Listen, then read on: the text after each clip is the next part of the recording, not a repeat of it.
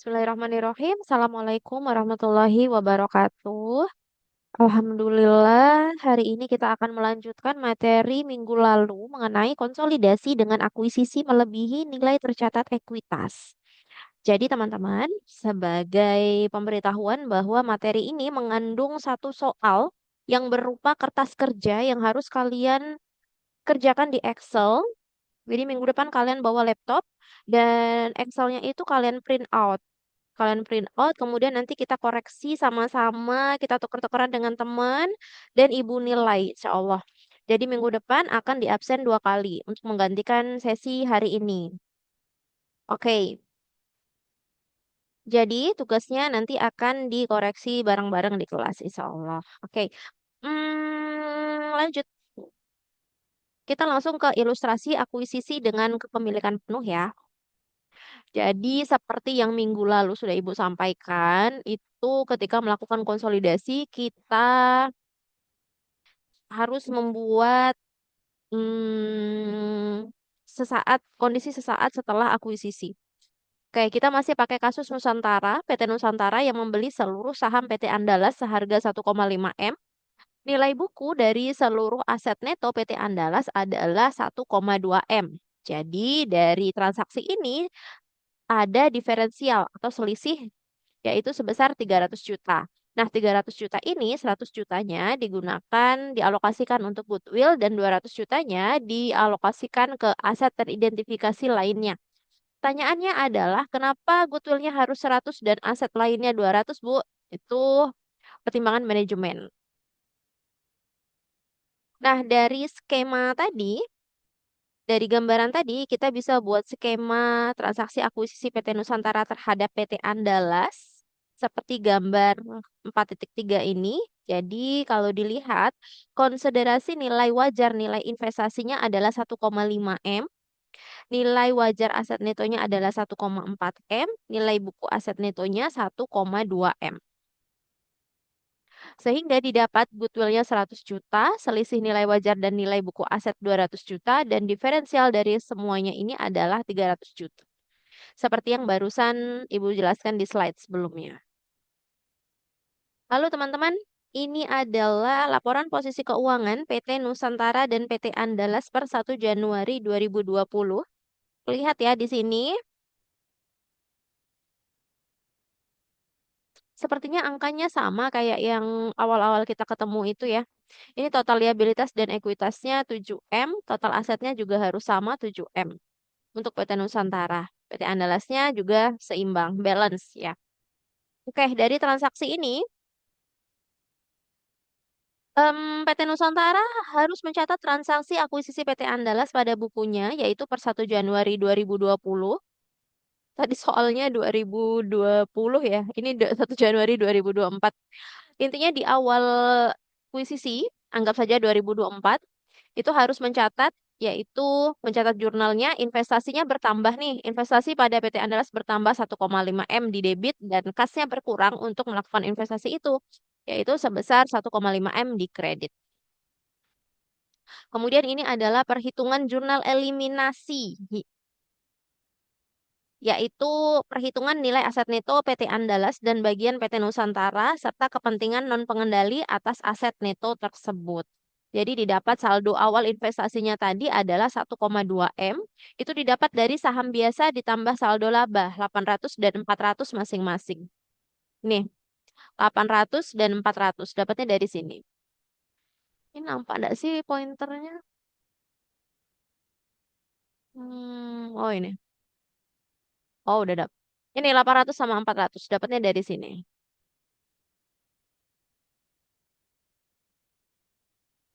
Ini ya, dari sini. Kemudian ini udah ini mengeliminasi saldo awal. Jadi ini jurnal untuk mengeliminasi ekuitas entitas anak dalam pengonsolidasian laporan keuangan sesaat setelah akuisisi. Ya, dieliminasi saldo awal. Kenapa, Bu?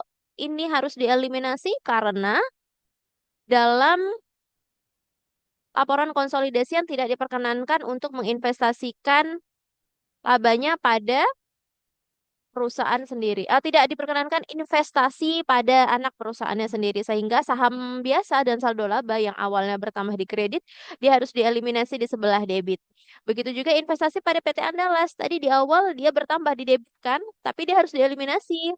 Karena apa? Karena dalam sudut pandang konsolidasian, nah bosan-bosanlah dengarkan itu tidak diperkenankan untuk investasi pada anak perusahaannya sendiri. Sehingga dia harus dieliminasi 1,2 M.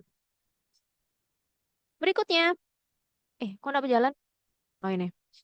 Schedule perhitungan saldo diferensial. Saldo diferensialnya adalah 300 juta. Dapat dari 1,5 dikurangi 1,2 M. Ya kan? Di awal tadi loh, di soal tadi loh yang di awal-awal. Ada selisih kan 300 juta, yang 100 jutanya untuk goodwill, dan selebihnya untuk aset teridentifikasi lainnya, yaitu persediaan 50 juta, tanah 210, bangunan dan peralatan 60 juta. Bu, ini angka-angkanya dapat dari mana? Hello, dapat dari sini ya. Nih, em, tadi apa tuh?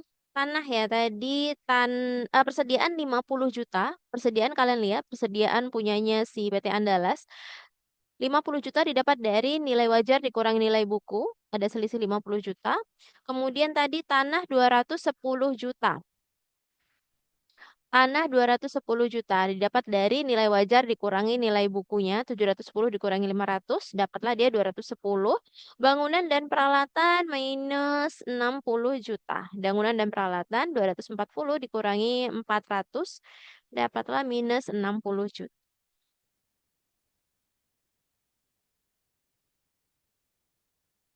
Nah, ini. Sehingga kalau di total semuanya ini sama dengan 300 juta. Next, selanjutnya kalian harus mengeliminasi saldo awal investasi. Jadi ini jurnal eliminasi yang harus dibuat untuk amortisasi diferensial. Jadi persediaan tadi ada selisihnya 50, tanah 400, goodwill-nya 100, investasi pada PT Andalas 300, bangunan dan peralatannya 60, diferensialnya ya. Yang kalian harus perhatikan adalah setelah ini kalian wajib membuat kertas kerja konsolidasian sesaat setelah akuisisi. Nah, jurnal-jurnal inilah, akun-akun inilah yang kalian masukkan ke jurnal eliminasi di kertas kerja konsolidasian. Oke, kalian perhatikan. Jadi, nanti tugasnya adalah kalian membuat kertas kerja konsolidasian, masih di soal ini, hanya saja melanjutkan yang ini. Ini adalah kertas kerja konsolidasian sesaat setelah akuisisi. Kalau kalian lihat di sini, jurnal eliminasinya, kalau neraca saldo ini udah jelas ya, dapat dari neraca saldonya mereka masing-masing tadi di awal. Jurnal eliminasi 50, 210, 60, dan seterusnya, ini dapat dari, dapat dari ini. Jadi ini adalah jurnal eliminasi yang wajib kalian buat. Setelah itu, kalian baru bisa membuat ini kertas kerjanya. Oke, kita bahas satu-satu. Persediaan PT Nusantara 400, PT Andalas 350, dan selisihnya atau jurnal eliminasinya 50 sehingga didapat 800. Semuanya di debit ya. Jadi 400 tambah 350 tambah 50 dapatnya 800. Kemudian tanah, ini juga sama di debit semua. Dapatnya 2210 ya. Karena ada diferensial tadi. Kemudian bangunan dan peralatan ini 60. Kenapa dikredit? Karena hasilnya minus. Karena hasilnya minus ini kenapa di debit? Karena hasilnya tadi plus. Ini loh yang tadi nih. Mana sih?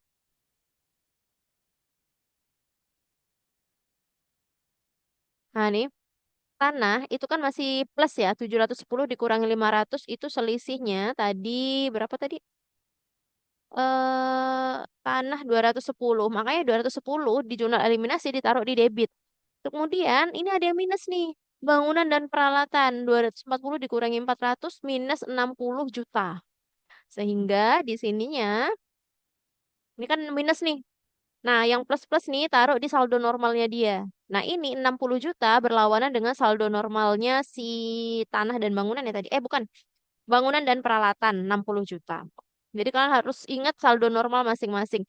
Ini bangunan dan peralatan saldo normalnya di debit, tapi karena dia minus, maka dia harus dikurangi di kredit sehingga didapat 3M ditambah 400 juta dikurangi 60 juta dapatnya 3340. Akumulasi penyusutan tinggal ditambah aja karena tidak ada jurnal eliminasinya. Kemudian goodwill. Ada penambahan goodwill 100 juta di sini dari diferensial pembelian tadi. Dialokasikan 100 jutanya untuk goodwill sehingga di laporan konsolidasian goodwillnya nambah 100 juta. Kemudian investasi pada PT Andalas itu kan dia keluarin duit 1,5 ya. 1,5 terus dipecah lagi di jurnal eliminasinya di sini 1,2 nilai wajarnya dan diferensial untuk goodwill dan aset teridentifikasi lainnya 300 sehingga totalnya sama 1,5. Oke, nanti kalian harus menyusun laporan keuangan kan? Nah, laporan keuangannya ingat kalian ambil dari konsolidasiannya. Oke, kalau untuk utangnya semua tinggal ditambahin, semua tinggal ditambahin. Ya nggak jelas nanya di grup. Next, kita ke konsolidasi pada periode akuisisi. Jadi, teman-teman, untuk periode di mana terjadi akuisisi yang dilakukan di atas nilai tercatat, tidak terdapat perbedaan mendasar kalau dibandingkan sama konsolidasi ketika akuisisi dilakukan pada nilai tercatat. Jadi, kita lanjutkan ilustrasi akuisisi yang dilakukan oleh PT Nusantara terhadap PT Andalas di tabel 4.5. Di neraca saldo ini, di sini menyediakan informasi neraca saldo kedua perusahaan per akhir tahun 2020. Ya. Jadi kalau dibandingkan dengan akuisisi pada nilai tercatat, perbedaan dalam kasus kali ini adalah nilai investasi awal yang lebih tinggi. Makanya ada diferensial tadi kan. Nah, dengan informasi yang sama pada ilustrasi sebelumnya, ini bisa diketahui bahwa selama tahun berjalan, PT Nusantara itu mengumumkan dan membagikan dividen sebesar 300 juta.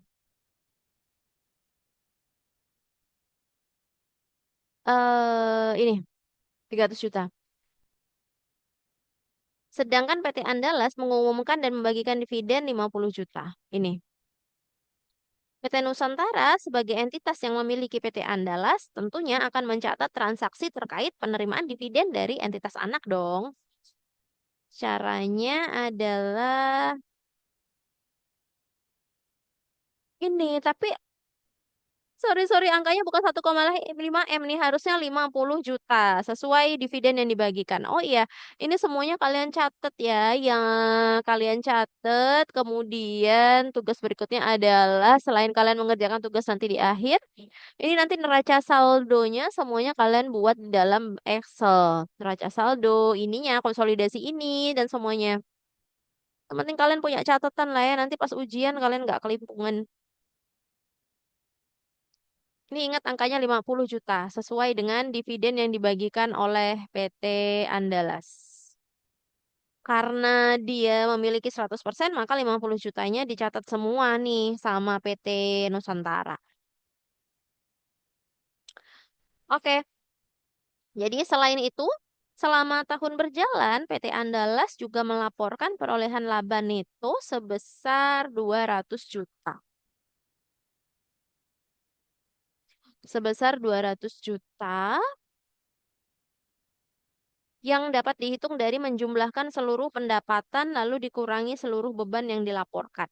Nah, atas laba neto yang dilaporkan ini, PT Nusantara sebagai pemilik itu bisa mengakui perolehan pendapatan sebesar porsi kepemilikan PT Andalas berdasarkan metode ekuitas, yaitu 100%. Berapa labanya dikalikan 100%. Jadi, per 31 Desember, ketika PT Andalas mengumumkan labanya tadi 200 juta, maka PT Nusantara harus mencatat jurnal ini. Investasi pada PT Andalasnya bertambah 200 juta, dan bagian laba atas PT Andalasnya bertambah juga 200 juta. Berikutnya, kita harus mengakui penghapusan diferensial yang terjadi selama periode berjalan, maka PT Nusantara akan mencatat jurnalnya seperti ini. Sebagian laba Bagian laba atas PT Andalasnya 50 juta, investasi pada PT Andalasnya 50 juta. Jadi ini menyesuaikan diferensial terkait persediaan terjual. Dapatnya dari 50 juta dikali 100%. Kemudian menyesuaikan diferensial terkait bangunan dan peralatan 5 juta dikali 100%. Ini per 31 Desember. Jadi teman-teman jurnal yang pertama, yang ini tuh untuk menyesuaikan penghasilan dari PT Andalas. Karena apa? Karena diferensial yang terkait dengan persediaan itu telah terjual. Sehingga aset tersebut tidak lagi dimiliki oleh PT Andalas pada akhir tahun pelaporan. Oleh karena itu, bagian dari diferensial harus dihapuskan dengan cara mengurangi saldo investasi dan penghasilan yang diterima dari PT Andalas. Nah, berikutnya ini didapat dari menyesuaikan diferensial terkait nilai wajar bangunan dan peralatan yang lebih rendah dibandingkan nilai bukunya. Diferensialnya kan 60 juta tadi tuh. Akan dialokasikan kepada sisa manfaat aset yaitu 12 tahun. Jadi setiap tahunnya diferensial akan diamortisasi sebesar 5 juta. Diferensial tadi loh yang totalnya 60 itu harus harus diamortisasi, dikurangi setiap tahunnya. Masa manfaatnya dianggap 12 tahun, berarti 60 juta dibagi 60 juta dibagi 12 tahun sehingga per tahunnya 5 juta. 5 juta ini pengakuannya di akhir Desember, di 31 Desember. Ini tuh kenapa sih dilakuin? Yaitu untuk menerapkan prinsip matching cost yang mensyaratkan untuk mencocokkan biaya terhadap penghasilan yang diakui. Masih ingat ya pelajaran itu, makul itu di hmm, akuntansi intermediate, akuntansi keuangan menengah. Oke, berikutnya kita ke tabel 4.6. Jadi,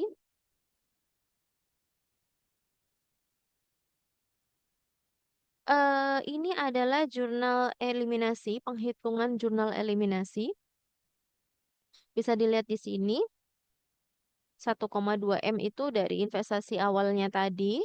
Dapatnya dari saham biasa 800, saldo labanya 400, laba netonya ada di soal, ada di neraca saldo tadi 50, dividennya bagi dividen kan 50 juta harus dieliminasi. Sehingga saldo akhirnya dapat 1,350, saham biasanya tetap 800, saldo labanya bertambah jadi 550. Jurnal eliminasinya, nah ini jurnal eliminasi ini perlu kalian highlight ya. Kayak yang tadi jurnal eliminasi adalah penentu kalian bisa mengerjakan kertas kerja. Nah, berdasarkan jurnal eliminasi ini, saham biasa, saldo laba, bagian laba ini dieliminasi, dividen diumumkan, terus ini investasi pada PT Andalas itu semuanya dieliminasi dan ini harus kalian tuangkan di kertas kerja berikutnya, yaitu kertas kerja konsolidasian PT Nusantara dan entitas anak. Nah, ini untuk mengalokasi diferensial tadi ya. Saldo awal diferensial 300 juta, amortisasi per tahun 2020 sudah 45 juta sehingga saldo akhir diferensial itu bedaan tadi loh yang 300 juta itu sisanya 255 ya. Yang jadi diferensial itu sebesar 300 juta yang didapat dari apa tadi yang awal yang soal di awal tadi, PT Nusantara mengakuisisi seluruh saham PT Andala seharga 1,5 dan nilai buku dari seluruh aset netonya 1,2 sehingga ada diferensial 300 juta. Nah, ini 300 jutanya diamortisasi tiap tahun. Nah, tahun 2020 amortisasinya adalah 45 juta sehingga sisa diferensial yang 300 juta ini sisanya per akhir Desember sisa 255. Itu terdiri dari apa nih? Masih yang tadi nih, persediaannya 50. Udah diamortisasi semua jadi nol. Tanahnya nggak bisa. Bangunan dan peralatan 60. Akumulasi penyusutannya 5 juta aja. Dapatnya dari 60 juta dibagi 12 tahun. Duitnya masih 100. Sehingga totalnya 255. Nah, ini adalah jurnal eliminasi yang harus dibuat untuk mengalokasikan dan mengamortisasi diferensial. Jadi ada beban pokok penjualan 50 juta, beban penyusutan dan bagian laba atas PT Andalas. Ini kalian bisa lihat di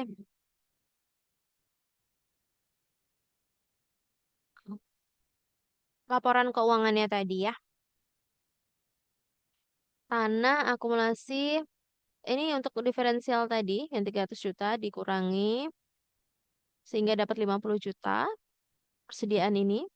Kemudian ini mengalokasikan diferensial, jadi kalian membuat kertas kerja berdasarkan ini. Tanah, ini semuanya yang sudah Ibu jelaskan tadi. Dah, berarti tugas kalian selain semuanya mencatat ke Excel, kalian harus membuat kertas kerja konsolidasian PT Nusantara dan entitas anak berdasarkan jurnal eliminasi ini. Jadi teman-teman, ketika perusahaan itu melakukan konsolidasi, jadi mereka 2 kali melakukan atau membuat kertas kerja konsolidasian. Yang pertama pada awal mereka melakukan akuisisi, yaitu mereka harus membuat laporan posisi keuangan. Sorry, mereka pertama kali mereka mengakuisisi, anggaplah 1 Januari 2020. Nah, di situ mereka wajib membuat kertas kerja konsolidasian sesaat setelah akuisisi, ya kan? Harus di harus dibuat kertas kerjanya seperti ini. Nah, ini tadi. Ini yang pertama. Nah, yang kedua, setelah berjalannya waktu, ini neraca saldo mereka per 31 Desember setelah mereka melakukan transaksi, mereka kan berkewajiban untuk melaporkan laporan keuangannya ya yang sudah dikonsolidasi. Maka di akhir periode akuntansi atau 31 Desember mereka wajib melakukan konsolidasian lagi. Mereka wajib membuat kertas kerja konsolidasian lagi. Nah, ya, yang kalian buat ini adalah kertas kerja konsolidasian per 31 Desember berdasarkan jurnal eliminasi yang ini. Caranya sama kayak yang 2 minggu lalu dan yang barusan Ibu jelaskan. Hanya saja ada penambahan yang perlu kalian eliminasi itu beban pokok penjualan, beban penyusutan. Beban pokok penjualan 50 juta, beban penyusutan 5 juta, bagian laba atas PT Andalas 200 juta di debit dan di kredit 45 juta, saldo awal, saldo laba 400 juta, laba neto, laba netonya berapa, dikurangi dividen diumumkan berapa, tanahnya berapa, bangunan dan peralatan, akumulasi penyusutannya 5 juta tadi, kemudian investasi pada PT Andalasnya 1350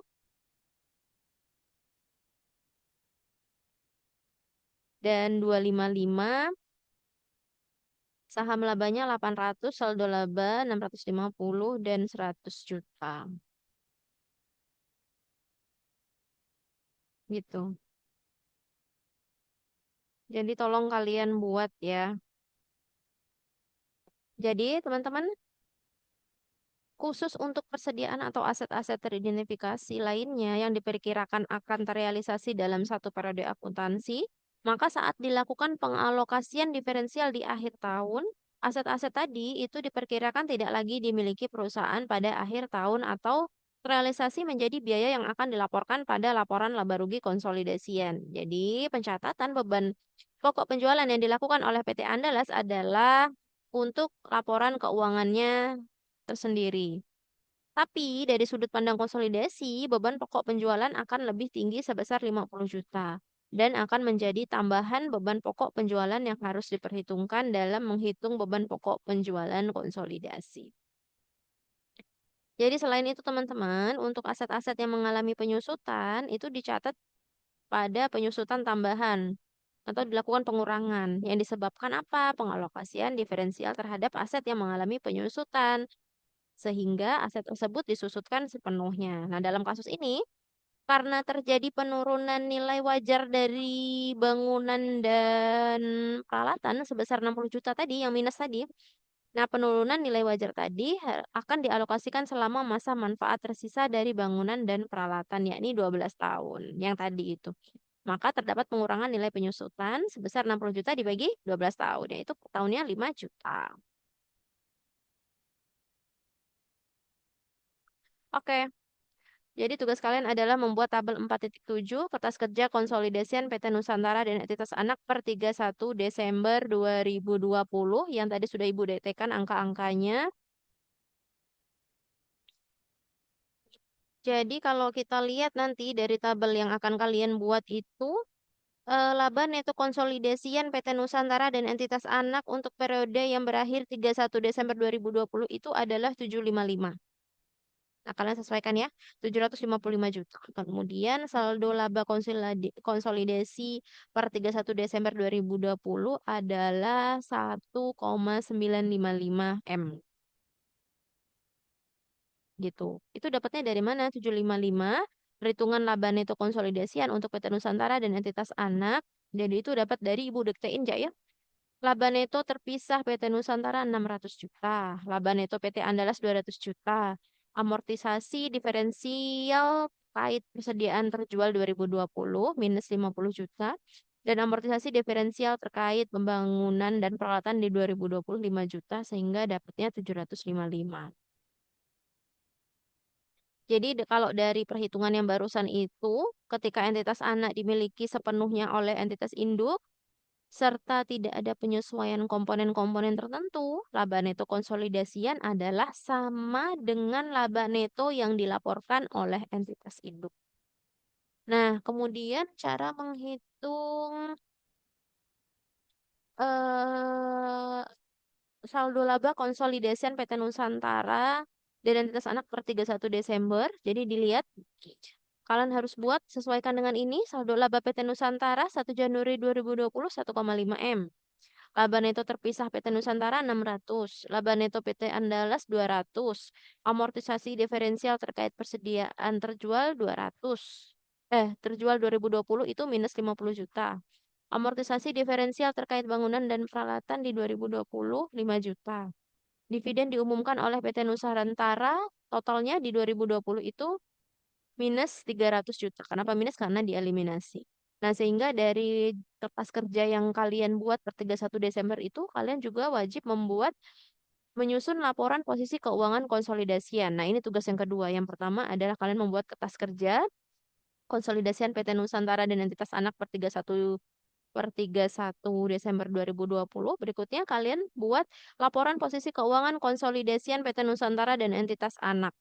Ya, seperti yang sudah kita pelajari di kelas, tinggal kalian pindahkan saja angka-angka konsolidasiannya. Ini Ibu beri bocoran untuk kertas kerja konsolidasian PT Nusantara dan entitas anak ya. Laba neto konsolidasian.